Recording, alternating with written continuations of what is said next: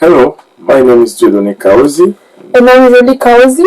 My wife. Yes. We are coordinator for French Evangelism Ministry in United Pentecostal Church here in North America.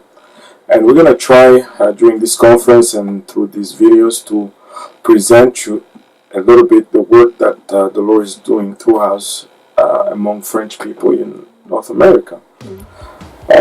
We started serving God in 1999, and I believe in 2004 we started getting involved in French ministry, and they gave us the responsibility for the French congregation of the United Pentecostal Church in SAINT-LAURENT in Montreal. And that's where we started. We took that work. It was over around 20 to 30 people in attendance every Sunday, and we've been pastoring that work since. And now we're running around 400 and 450 every Sunday, and that is our mother church. I should say the mother church of French works here in North America. And from that mother church, I should even say maybe now we have, I should say, various work that were birthed from that one. We have the East End Church, we have the Montreal North Church, we have the Saint Michel, that the latest one to start. We have Saint Jerome that was started 5-6 years ago. There's a lot to do. French Evangelism Ministry is close to 20 million people in North America between Canada and the United States.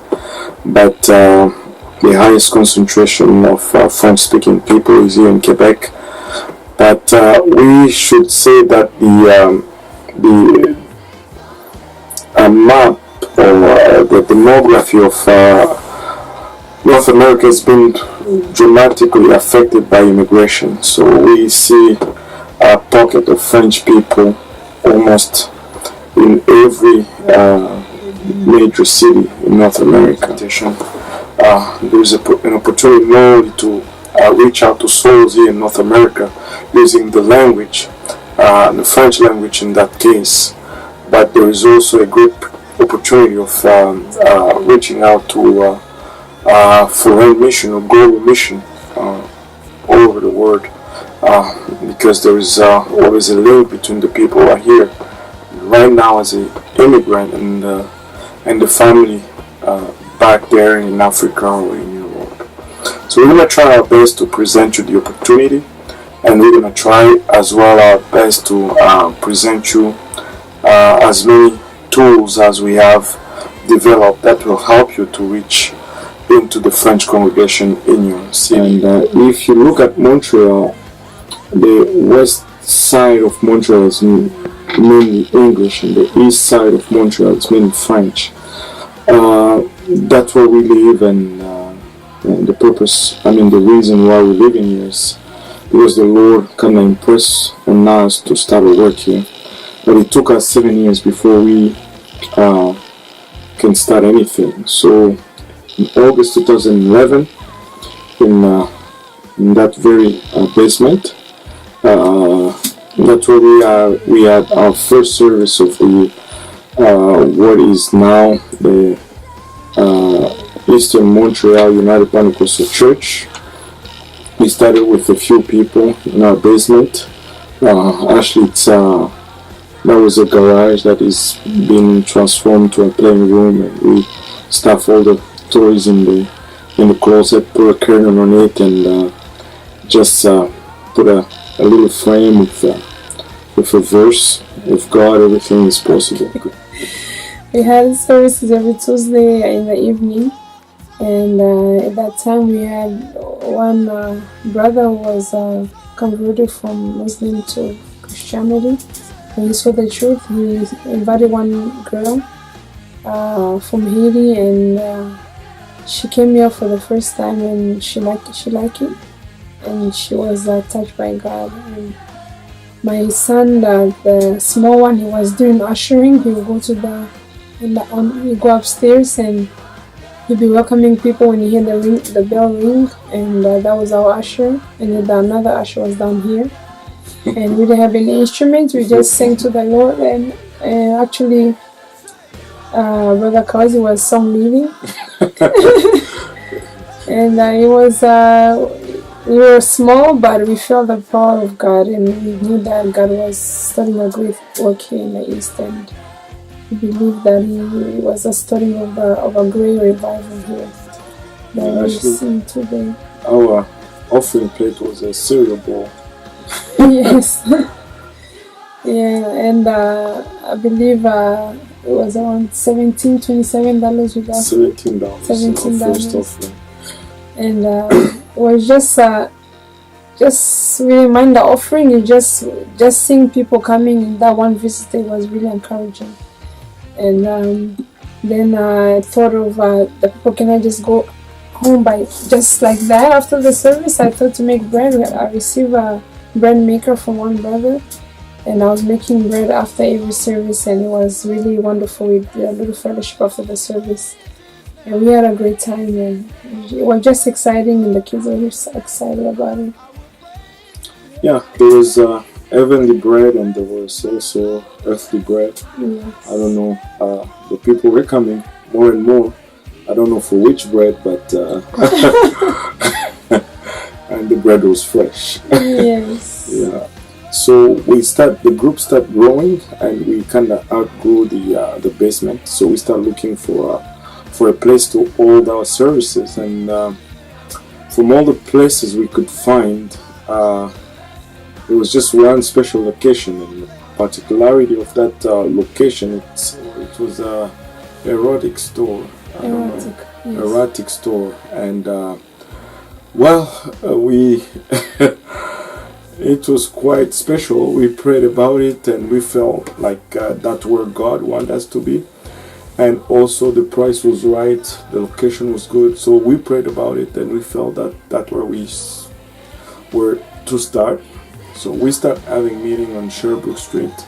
It was a former erotic store, but when we got there, the first thing we did is we prayed, and our prayer was simple, and we were just praying, Lord, from this place of perdition, make it a place where the lost are found. From this place where people come to be bound, let them come and be set free. But the place was so small. It was just one room with a corner for the bathroom, and the maximum we could hold in that place was 48 allowed by the city. Within 2 years we outgrew that place, and we started holding service with 50, 60 people, people standing and sitting on the windows frame, and so we started looking for another place. We finally found that place, which was not too far from our location. It was a furniture store. Actually, it was an improvement for us. We went from an erotic store to a furniture store. It was much better. Yeah. And the place was really big. It's two floors. It was upstairs and downstairs. The bathroom was downstairs, and upstairs where we can hold the service. And we made them an offer. Mm-hmm. Actually, since it was a charity company, we told them if they can give us $200,000 to help us buy their building. Yeah, actually, it was the owner was asking $500,000. That building, the price was unrealistic. It cost us $500,000, and we thought we spoke to the owners if they can donate $200,000, we were able to buy the building. But they had a little bit of a Christian background, so they thought, okay, they'll give us a half, $100,000. So we said, okay, we'll take it, and from then on we started working toward buying the building, and it was just God just did great things. Yeah, we saw really the hand of God through the process of acquiring that place. First of all, it was quite a miracle for such a young church we were just barely 3 years in existence, and we were aiming to buy our own building. And second, the owner needed to donate to us. He met us halfway. He gave $100,000 so we could be able to buy his building, and that also was a miracle. And the processing of the paper of the government, because up to that point we were operating as a daughter work under the United Pentecostal Church of Saint-Laurent registration number.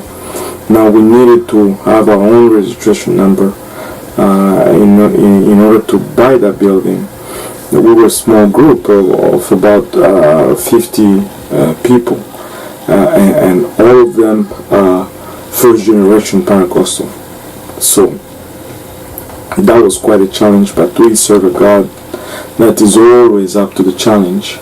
First of all, the bank approved us before we even exist, before we got registered with the government. The bank said yes. That in itself was a kind of a miracle.